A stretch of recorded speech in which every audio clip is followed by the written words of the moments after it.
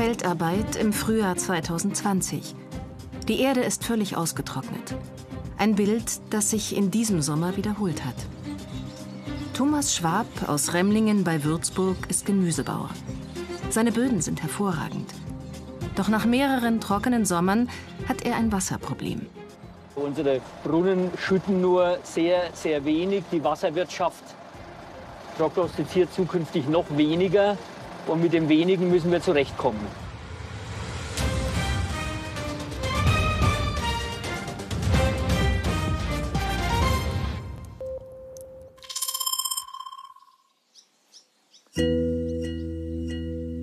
Thomas Schwab im Februar 2020 an dem Speicherteich, aus dem er im Sommer seine Gemüsefelder bewässert. Der Brunnen, der ihn speist, ist weitgehend versiegt. Der Grundwasserspiegel ist abgesunken. Also wir hatten hier im Speicherbecken noch nie so wenig Wasser wie im Moment. Das letzte Jahr war schlimm, das vorletzte Jahr noch schlimmer. Und jetzt müssen wir gucken, oder wir stehen jetzt mehr oder weniger für das kommende Jahr mit relativ leeren Händen da, was unseren Wasservorrat betrifft. Und perspektivisch wird das Ganze ja noch dramatischer die nächsten Jahre. Unterfranken gilt als die Steppe Bayerns. Fast überall sinken die Pegel. Der Würzburger Klimaforscher und Geograf Heiko Päth erlebt den Klimawandel direkt vor der eigenen Haustür. Wir haben eigentlich seit Jahrzehnten einen Anstieg der Temperaturen, und zwar weit überdurchschnittlich im Vergleich zum globalen Mittel. Um mal Zahlen zu nennen, der Globus hat sich ja um etwa 0,95 Grad erwärmt seit Beginn der Industrialisierung im späten 19. Jahrhundert. Unterfranken im genau gleichen Zeitraum um 1,7 Grad Celsius, also fast doppelt so viel. Und es wird nicht nur heißer. Im Sommer regnet es auch weniger. Ein Problem. Vor allem für die Landwirte.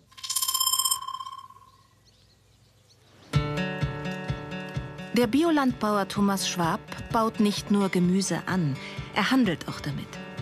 In der betriebseigenen Halle auf seinem Hof wird das Gemüse gereinigt, sortiert und verpackt.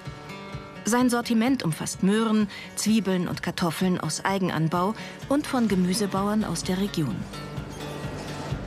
In der Möhrenwaschmaschine werden seine Remlinger Rüben quasi auf Hochglanz gebracht. Auch dafür wird jede Menge Wasser benötigt. Richtig zufrieden ist Thomas Schwab mit der letztjährigen Ernte nicht. Denn auch bei den Möhren hat die Trockenheit ihre Spuren hinterlassen. Die perfekte Möhre, so der Gemüsebauer, müsste anders aussehen. Die Wuchsform der Möhren leidet einfach unter dem Wassermangel, den wir hier haben.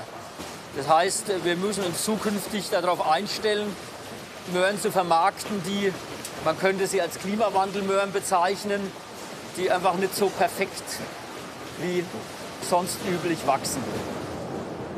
Seinen Anbauplan hat Thomas Schwab an den Klimawandel angepasst. Er verzichtet auf besonders wasserzehrende Pflanzen wie zum Beispiel Süßkartoffeln. Selbst wenn seine Abnehmer die oft gerne hätten. Wir beschränken uns auf Kulturen, die nicht allzu großen Durst haben. Beispielsweise ist der Anbau von Blumenkohl, das wäre bei uns ein No-Go, weil das ist im Grunde eine Sumpfpflanze, die wirklich richtig viel Wasser braucht. Das können wir nicht bieten. Es sind also Kulturen gesetzt, Zwiebeln, Kartoffeln, Möhren, die einfach zu den klimatischen Verhältnissen hier passen. Etwa 30 Kilometer weiter östlich hält man sich nicht so strikt daran. Hier im Norden von Würzburg hat sich seit der Jahrtausendwende ein Schwerpunkt für Gemüseproduktion entwickelt. Hervorragende Löss-Lehmböden bringen beste Erträge. Der Anbau von Sonderkulturen wie Gemüse ist sehr lukrativ, aber auch sehr wasserzehrend. Rund 900 Hektar werden hier bewässert. Der Bedarf könnte weiter steigen, denn der Anbau von Sonderkulturen wächst stetig. In 10 Jahren hat er sich verdoppelt. Einige Großbetriebe haben sich hier schon vor Jahren weitreichende Wasserrechte gesichert. Inzwischen ist Wasser zum umkämpften Gut geworden. Viele Bürger machen sich Sorgen um die Trinkwasserversorgung. Kleinere Bauern fühlen sich benachteiligt. Im April 2020 sind die Flächen von Demeter-Bauer Tobias Wild knochentrocken. Das ist voll trocken da unten drunter auch. Wir sind schon ein bisschen, kann man schon sagen, wie in Afrika hier. Ne? Also wer das Wasser hat, der kann gut produzieren und ja, so ein bisschen ist es schon, ja. Bei den Wilds leben inzwischen 3 Generationen von der Landwirtschaft. Die Familie würde gern mehr anbauen, aber das fehlende Wasser lässt das nicht zu. Tobias hat sich um ein größeres Wasserentnahmerecht bemüht. Er führt genau Buch über die monatliche Entnahme aus seinem Grundwasserbrunnen. Doch in der Bergheimer Mulde gibt es inzwischen ein Moratorium. Neue Wasserrechte werden praktisch nicht mehr vergeben. Obwohl wir mehr Fläche haben, uns stünde mehr Wasser zu, Wasserrecht. Das richtet sich nach Fläche, die man hat. Aber das Wasserwirtschaftsamt sagt, angespannte Situation und es gibt keine Wasserrechte mehr. Also wir sind damals sparsam umgegangen mit unserem Wasserrecht, haben nicht so viel beantragt. Und jetzt, wo wir noch was bräuchten, ist praktisch nichts mehr da. Nichts mehr da für die Zukunft? Vor einigen Jahren konnte Tobias Wild etwas Fläche dazu pachten. Dass er trotz erweiterter Anbauflächen kein zusätzliches Wasser entnehmen darf, ärgert ihn gewaltig. Nicht nur die Wilds haben Probleme.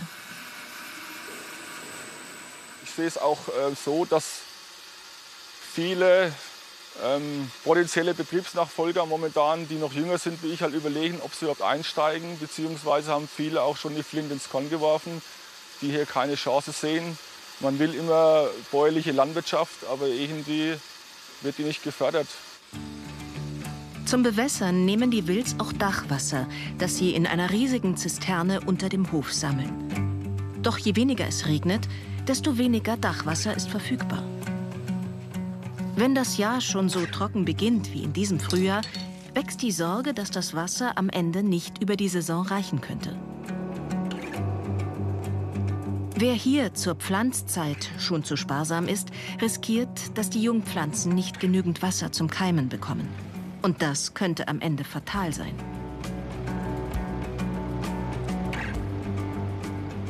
Das ist auch ein bisschen eine Versicherung, wenn man Wasser hat. Ne? Dann ja, weiß man einfach, dass es läuft, dass was auf dem Acker steht. Wir gehen hier mit Vorleistungen in ein paar tausend Euro und dann wissen wir gar nicht, was da rauskommt. Regional erzeugtes Gemüse ist sehr gefragt. Doch ohne Bewässerung läuft bei der zunehmenden Trockenheit auch auf dem Biobetrieb nichts. Ein echtes Dilemma. Ich weiß, Wasser ist begrenzt hier, aber irgendwo muss das Gemüse auch herkommen. Wenn wir jetzt alles aus Spanien importieren oder Italien, die haben auch nicht mehr Wasser wie wir. Ne? Der Demeter-Bauer produziert Biogemüse nach strengen Maßstäben. Dennoch spürt er wachsende Kritik aus der Bevölkerung. Es sind viele, die haben ihre Schäfchen in Trockenen und sagen einem, wir nehmen da das Wasser weg. Also das verstehe ich auch manchmal nicht, weil die essen ja auch jeden Tag. Wahrscheinlich nicht nur Brot. Tatsächlich gibt es immer mehr Bürger, die beunruhigt sind über die hohen Wasserentnahmen durch die Landwirtschaft. Und Marion, schaut, das regt mich auf. Sowas regt mich auf. In der Gemeinde Bergheim wurde vor kurzem auf Fernwasserversorgung umgestellt. Das Thema Wasser und die Sorge um ihr wichtigstes Lebensmittel treibt die Bürger um. Monika Fischer und Marion Bartel sehen vor allem die Großbetriebe kritisch. Besonders stört sie das veränderte Landschaftsbild. Mein Befinden nach müsste die Landwirtschaft hier umdenken und sagen, es geht einfach nicht mehr. Es wird zu viel Wasser aus dem Boden rausgeholt, wo wir sonst so zu wenig Wasser haben. Und das ist die Landwirtschaft. Sie sehen es ja hier. Es sind alles unter Folien und die Gewächshäuser werden immer mehr. Wir sind ja schon fast in Spanien wieder. Ne? Die haben ja auch diese Gewächshäuser. Also ich kann es nicht verstehen. Jetzt muss gehandelt werden, aber das geht alles viel zu langsam. Wir sind schon 10 Jahre zu spät dran. Im Bergheimer Rathaus sieht man das ähnlich. Über sinkende Grundwasserpegel und hohe Entnahmerechte ärgert sich auch Bürgermeister Konrad Schlier. Wenn ich das Verhältnis der Grundwasserneubildungsrate betrachte, dann sage ich, sind die Entnahmen meiner Meinung nach als Wasserrechte zu hoch vergeben worden vom Wasserwirtschaftsamt. Wir dürfen entnehmen für die Trinkwasserversorgung des Ortsteils Bergtheim mit rund 2.500 Einwohnern 120.000 Kubikmeter. Für die landwirtschaftliche Bewässerung sind in unserer Gemeinde 390.000 Kubikmeter an Entnahmerechten vergeben. 3-mal so viel für die Bewässerung landwirtschaftlicher Flächen wie für die Trinkwasserversorgung der Gemeinde Bergtheim. In der gesamten Bergheimer Mulde holen die Landwirte das Grundwasser aus über 70 Brunnen.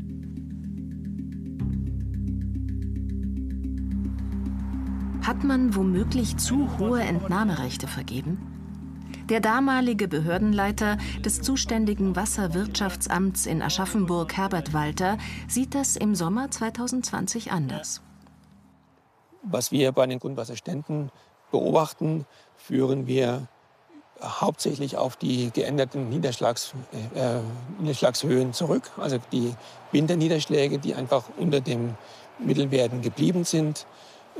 Wir sehen, wir haben bislang keine Belege dafür, dass die Entnahmen zusätzlich ein Absinken der Grundwasserstände bewirkt haben. Dennoch hat man einen Entnahmestopp erlassen und ein Moratorium ausgesprochen. Das Absinken der Grundwasserstände beunruhigt den Würzburger Klimaforscher Heiko Päth. Wir haben durchgehende Messungen über ein gutes Jahrzehnt an vielen Stationen auf den sogenannten Gäuflächen. Das sind diese lössbedeckten und sehr fruchtbaren Hochflächen, die sich hier hinter mir anschließen. Und demzufolge haben sich nördlich von Würzburg die Grundwasserpegel um 2 Meter oder sogar ein bisschen mehr abgesenkt. Das ist ganz enorm. Und wenn wir das jetzt mal hochrechnen über ein paar Generationen, dann kommen wir an das Wasser nicht mehr ran. In der Bergheimer Mulde bleibt die Stimmung aufgewühlt. Das Thema polarisiert.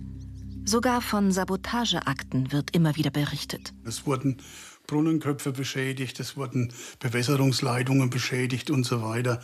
Wer, ob das jetzt Konkurrenzkampf ist oder ob das einfach erzürnte Bürger sind, das kann ich nicht beurteilen. Aber es gibt Sabotage. In Remlingen bei Thomas Schwab ist die Situation nicht so aufgeheizt. Hier gibt es deutlich weniger wasserzehrenden Gemüsebau. Allerdings ist das Grundwasser durch weniger speicherfähigen Untergrund generell knapper.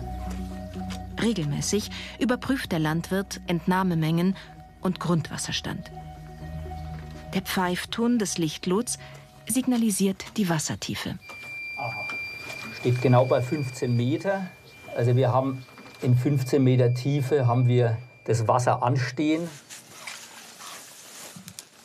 Das ganze System basiert auf Eigenkontrolle und wird laut Wasserwirtschaftsamt stichprobenartig überwacht. Also wir selber reichen die Unterlagen ein. Ansonsten vor Ort bei uns war jetzt in dieser Sache noch niemand. Dass er noch nie von den Behörden kontrolliert wurde, wundert ihn selbst. Immerhin ist er seit 25 Jahren im Geschäft. Es kann ja sein, dass von denen so ein VW-Bus rumfährt, der immer mal sich diese Lage der Brunnen anguckt, aber dass da jemand mal den Zählerstand angeguckt hat, ob das stimmt mit dem, was wir da den reinschicken, also weiß nicht, also ich glaube, da haben die ein bisschen Defizite. Doch wie häufig sind Kontrollen überhaupt vorgesehen? Schließlich geht es um ein äußerst knappes Gut.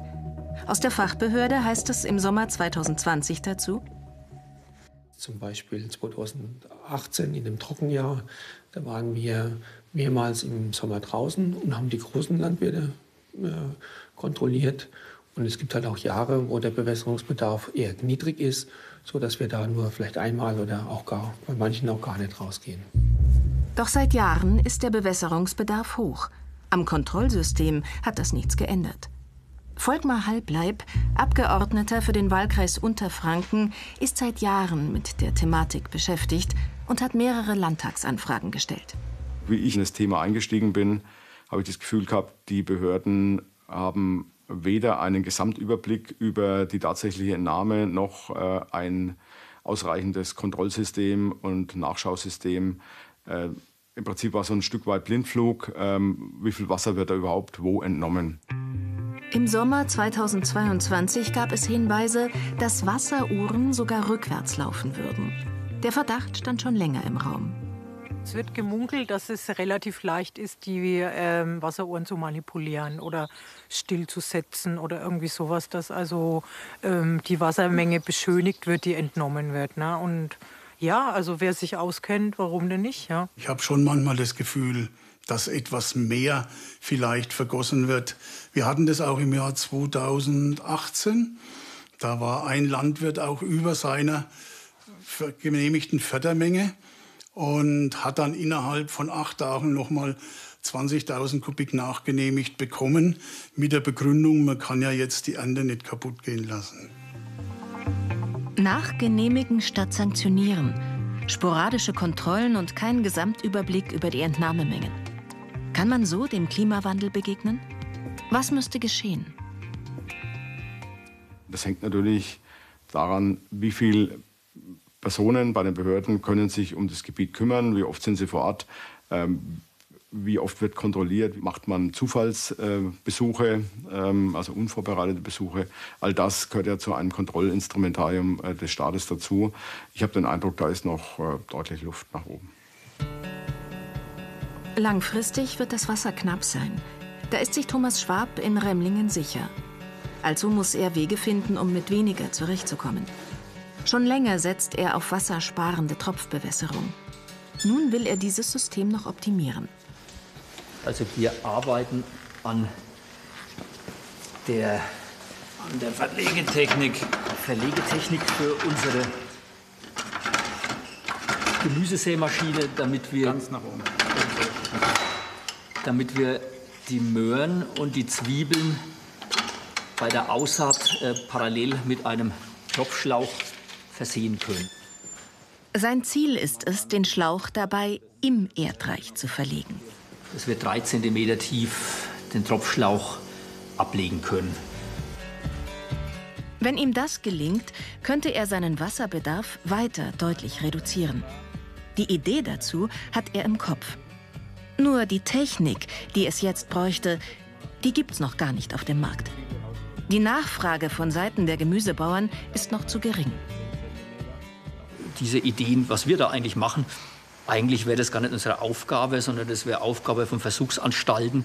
Da haben wir auch des Öfteren überall mal angefragt und also Interesse war nur so am Rand. Das ist eigentlich ein fatales Signal. Also wenn diese Zukunftsaufgaben, die da sind, ne, also Vorsorgen für die Trockenheiten, die, so wie es jetzt aussieht, real auf uns zukommen, dass man da einfach erst mal weggucken, solange es möglich ist. Ne? Thomas Schwab frustriert das. Er wünscht sich mehr Unterstützung von Fachbehörden und auch vom Staat. Das könnte was werden. Der Praxistest erfolgt auf dem Acker. Winzig kleine Karottensamen werden in 3 cm Tiefe im Erdreich zusammen mit dem Tropfschlauch ausgebracht. Alles in einem Arbeitsgang. Eine äußerst filigrane Aufgabe für so eine riesige Maschine und eine ziemlich staubige Angelegenheit bei der Trockenheit. Wir haben sonst ja viel mehr Staubarbeiten. Also das ist noch. Wenn da hinten alles klare Sicht ist, dann ist das gar nicht so schlimm. Weil der Schlauch unterirdisch verlegt ist und es so quasi keine Verdunstung gibt, spart Thomas Schwab bis zu 50% bei der Bewässerung seiner Pflanzen. Auch auf dem Zwiebelacker arbeitet er inzwischen mit dieser Methode. Nur der Verteilstrang liegt auf dem Acker. Ansonsten werden die Pflanzen von unten mit Feuchtigkeit versorgt. Ich hole den jetzt mal so ein bisschen raus, den Schlauch. Ja. Da sieht man, wie das da so langsam und ohne Druck aus diesem Tropf herausquillt. Das Wasser, und das ist ja gar nicht viel, ne? Das ist so eine Mini-Menge, die sich so ganz langsam im Boden verteilt. Also hier ist alles schon batsche nass. Daneben ist es ganz trocken. Die Inspiration für seine Bewässerung hat Thomas Schwab sich auch in Israel und Kalifornien geholt. Jetzt wünscht er sich noch wiederverwertbare Schläuche. Denn bislang müssen die nach dem Umpflügen der Kulturen immer wieder entsorgt werden. In der Bergheimer Mulde dagegen wird noch viel mit Überkopfberegnung bewässert. Tobias Wild setzt nun auf eine Idee, die man vor Ort schon länger diskutiert. Rund 10 Kilometer entfernt befindet sich der Unterlauf des Fränkischen Mains. Was hier über den Rhein Richtung Nordsee vorbeifließt, weckt bei vielen Landwirten Begehrlichkeiten. Eine Idee wäre ja, hier aus dem Uferfiltrat vom Main Wasser zu entnehmen und das eben halt für die Bewässerung vom Gemüse zu benutzen. Ist natürlich auch mit Kosten verbunden und da muss halt dann jeder Betrieb sagen, ist es mir wert oder nicht. Viele Bauern befürworten die Idee. Doch es gibt auch Kritik. Denn der Main wird auch mit Wasser aus dem Süden über die Donau-Main-Überleitung gespeist und führt meist nur im Winter ausreichend Wasser. Leitungen müssten gelegt werden, um das Wasser über eine ordentliche Steigung kilometerweit in einen Speichersee zu pumpen. Die Gemeinden im Würzburger Norden sind uneinig über das Projekt. Plötzlich wären wesentlich größere Mengen Wasser im Umlauf. Viele 100.000 Kubikmeter. Wenn wir Mainwasser holen, dann habe ich nicht nur 500.000, sondern habe ich vielleicht 2 Millionen Speicher. Und dann verändert sich unsere Landschaft noch mal vom Grundsatz her. Ne? Dann haben wir das Doppelte oder vielleicht das Dreifache an Sonderkulturen. Würde das Mainwasser zur weiteren Intensivierung der Landwirtschaft beitragen? Nun soll es eine Machbarkeitsstudie in der Bergheimer Mulde geben. Die Winzer kämpfen ebenfalls mit den veränderten Klimabedingungen, auch wenn der Wein deutlich weniger Wasser benötigt als Gemüse. Anja Schmidt-Kreis und ihr Mann Frank betreiben ein Weingut in Bergheim. Auch ihre Trauben leiden enorm unter der Trockenheit. Mainwasser zu nehmen, sehen sie allerdings skeptisch. Ich meine, wenn das Wasser da wäre, wäre es natürlich interessant. Aber ich kann mir nicht vorstellen, wenn das Klima weiter so geht, dass der Main, der Rhein oder die Donau, dass die noch genauso viel Wasser haben. Ja? Was bei den Winzern zusätzliche Bedenken hervorruft, ist die Frage nach Kosten und Verteilung des Mainwassers. Da brauchst du Riesenspeicher. Wie viel kriegt jeder Winzer? Wird es nach Fläche gemacht? Wird es nach Trockenheit gemacht? Oder wie wird es dann abgeben, das Wasser? Ja? Und da sehe ich halt den großen Kampf. Die Winzer sind darauf gefasst, dass sie zukünftig weniger Trauben ernten werden. Ihre Strategie ist es, nur die ganz jungen Reben zu bewässern und die Pflanzen ansonsten eher knapp zu halten, damit sie möglichst tief wurzeln und ihr Wasser von ganz unten aus dem Erdreich holen. So wie man es auch in den südländischen Weinbaugebieten macht. Das bayerische Umweltministerium hat 2020 eine Wasserstrategie vorgestellt. Künftig sollen vermehrt Flüsse und Bäche zur Bewässerung genutzt werden, um Grundwasser zu sparen. 4 Pilotprojekte soll es geben. In Unterfranken steht dabei wieder der Main im Fokus.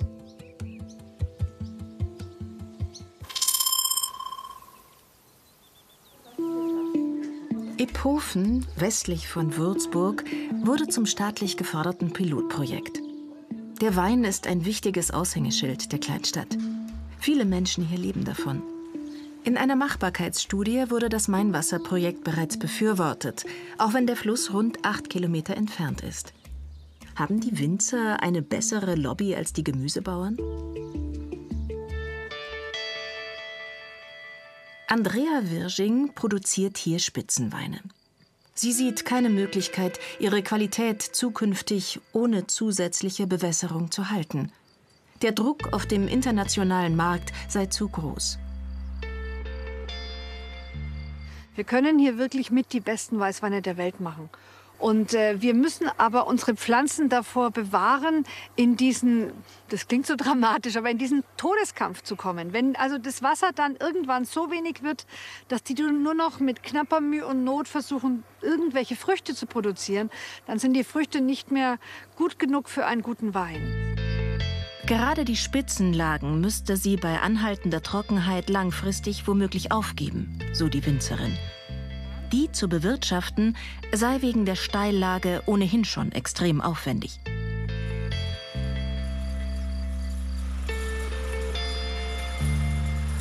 Für Andrea Wirsching ist das staatlich geförderte Pilotprojekt Mainwasser ein Rettungsanker. Ehrlich, wenn du so ein Glück hast, dass du, ich meine, es sind hier 14 Millionen Euro im Raum, dass du davon die Hälfte vom Staat bekommst, dann ist es doch ein wahnsinniges Geschenk. Die andere Hälfte soll von der Stadt und den Iphofer Winzern getragen werden. Viele werden das nicht stemmen können. Und der Freistaat? 50 Millionen Euro hat das bayerische Umweltministerium vor 2 Jahren für eine Wasserstrategie eingeplant.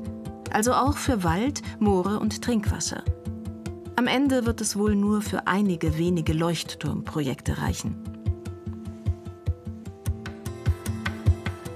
Viele Augen richten sich in Zeiten des Klimawandels auf den Main. Tatsächlich erhält der durch die Donau-Main-Überleitung Unterstützung aus dem regenreichen Süden Bayerns. Seit Inbetriebnahme der Überleitung im Jahr 1993 flossen so 3,5 Milliarden Kubikmeter Wasser nach Franken. Wie lange noch? Das sehe ich sehr kritisch. Dadurch halten wir künstlich, auch in Hitzephasen, den Mainpegel aufrecht. Sodass man den Eindruck haben kann, das ist ein Füllhorn von Wasser, das versiegt niemals. Aber trotzdem stellen wir auch fest, dass im Donaueinzugsgebiet die Niederschläge zurückgehen. Und wie lange wird man das noch machen können, den Main immer wieder aus Donauwasser zu befüllen? Die Donau will schließlich auch schiffbar bleiben. Gemüsebauer Thomas Schwab versucht, seinen Wasserverbrauch weiter zu optimieren. Am liebsten würde er auch das Rübenwaschwasser reinigen, also zum Beispiel Erde und Fäulnisbakterien herausfiltern, um es für die Bewässerung wieder zu verwenden. Doch extra Speicherbecken und Reinigungsanlagen zu bauen, rechnet sich für ihn nicht, solange die Konkurrenz kostenlos Grundwasser entnimmt. Muss das Grundwasser im Zuge des Klimawandels einen Preis bekommen? Thomas Schwab wünscht sich mehr politisches Engagement. Meine Forderung wäre, dieses Thema Wasser einfach viel ernster zu betrachten, wie nur Grundwasser zu nehmen und zu bewässern. Das große Ganze, das fehlt völlig und das große Ganze sieht wahrscheinlich ziemlich dramatisch aus. Zukunftsorientierte Strategien, um dem Klimawandel zu trotzen, entwickelt Thomas Schwab inzwischen lieber selbst. Im Gegensatz zur Politik denkt er nicht in 4-Jahreszyklen. Ihm ist klar, Landwirtschaft ist lebenslanges Lernen.